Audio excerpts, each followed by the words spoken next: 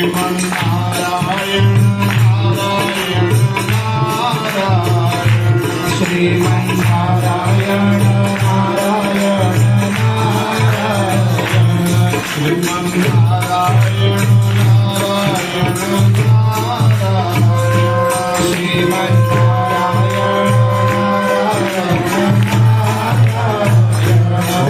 सच्चिदानंद भगवान की, गुरुदेव भगवान की, आनंद कंद भगवान की। परम श्रद्धेय अर्चनीय वंदनीय तत्वविद ब्रह्मनिष्ठ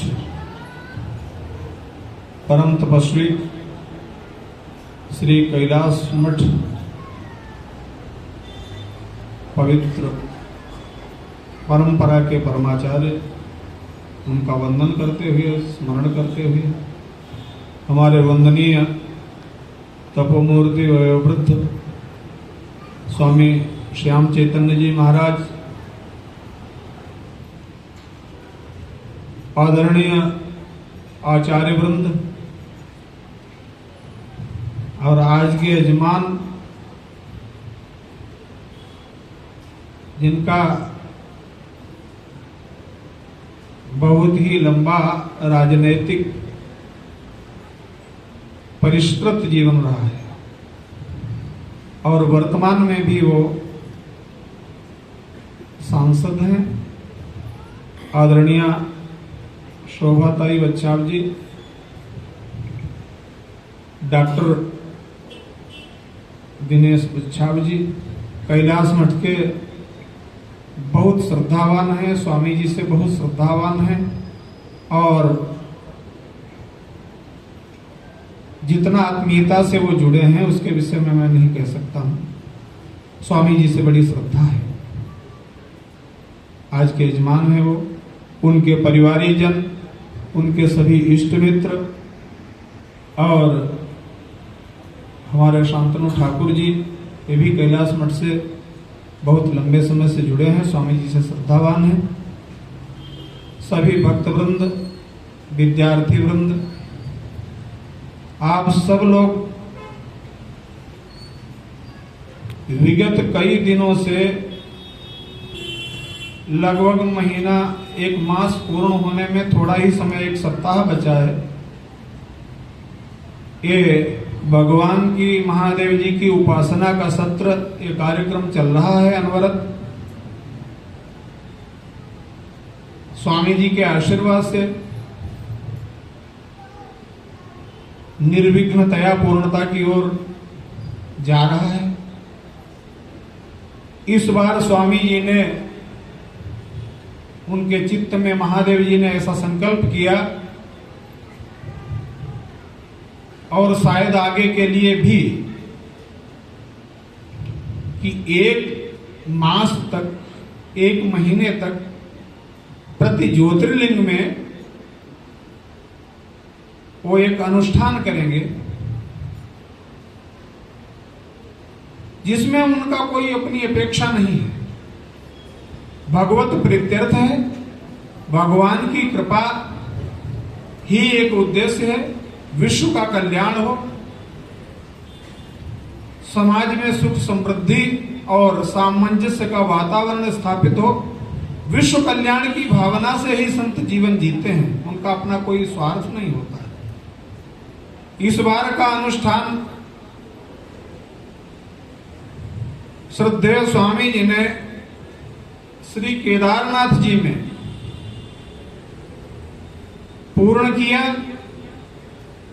और आप सभी ने समाचार में देखते रहे, बड़ी विप्लव भरी स्थितियां आई और अभी भी सुचारू रूप से यात्रा पुनः प्रारंभ नहीं हुई। लगभग एक महीने का समय होने जा रहा, लेकिन ऐसी विषम स्थिति में भी महादेव जी के अनुग्रह से, भगवान बाबा केदारनाथ के अनुग्रह से उन्होंने अपना वो अनुष्ठान विधिवत सांगोपांग पूर्ण किया। हम लोग भगवान से बहुत बहुत प्रार्थना करते हैं कि उनकी बहुत कृपा रही।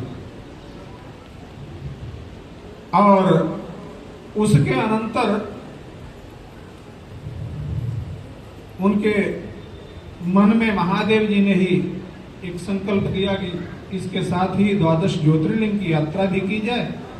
तो केदारनाथ जी से आने के बाद में यह यात्रा का क्रम चलते चलते और संभवतः अभी आज वो महाराष्ट्र की ही भूमि पर हैं। अव्यक्त रूप से वो भावनात्मक रूप से मेरे मध्य में भी हैं। हम भगवान से खूब मंगल कामना करते हैं उनका सदसंकल्प निर्विघ्न संपन्न हो। और हम सब बड़े सौभाग्यशाली हैं कि उनकी छत्र छाया में, उनके कृपा आशीर्वाद में ये सब हमको भी अवसर मिल रहा है। आज पावन पर्व है जन्माष्टमी का, सोमवार भी है और कई मंगलमय योग हैं। इसके साथ में आदरणीय डॉक्टर साहब यजमान हैं, ये उनके लिए बहुत सौभाग्य की बात है।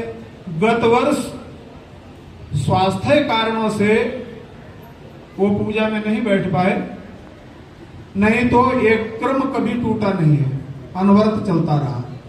इस बार भगवान ने, महादेव जी ने उनको प्रेरणा किया कि आपको पूजा में आना ही है, बैठना है। वो उपस्थित हुए। उनके लिए भगवान से, कैलाश मठ की ओर से, स्वामी जी की ओर से सदैव आशीर्वाद रहता है, मंगल कामना रहती है। भगवान को ऐसे ही स्वस्थ, प्रसन्न और समाज में उत्तरोत्तर समृद्धि प्रदान करें।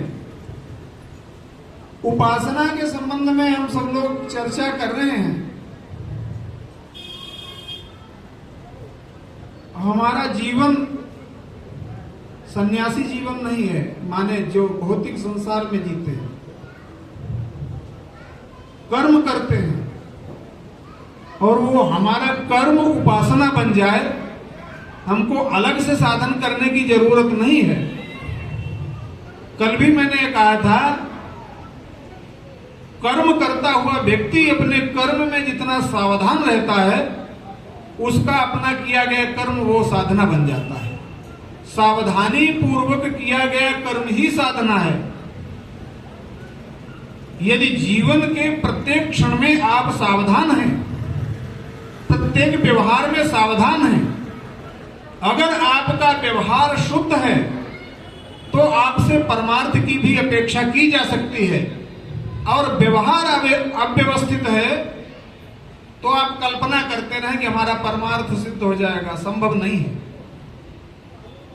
तो व्यवहारिक जीवन में वासुदेवः सर्वमिति, ये सब कुछ परमात्मा का ही स्वरूप है। और इसके साथ में ही हम जो कर्म करते हैं वो भगवत भाव से करें, भगवत प्रीत्यर्थ करें। जो भी करें वो सावधान होकर करें और भगवत अर्पण करें। यत् करोसि यदश्नासि यज्जुहोसि ददासि यत् तपस्यसि कौन्तेय तत् कुरुष्व मदर्पणम। भगवान ने कहा वो मेरे को अर्पित करता हुआ। आप ऐसा समझ के सामने वाले से कर्म करें कि वो व्यक्ति नहीं, वो परमात्मा ही है, तो कभी आप असावधान होकर कर्म नहीं करेंगे, कभी उससे छल नहीं कर पाएंगे। क्योंकि परमात्मा से कोई कभी विपरीत कर्म नहीं कर सकता। परमात्मा सब कर्मों का साक्षी है।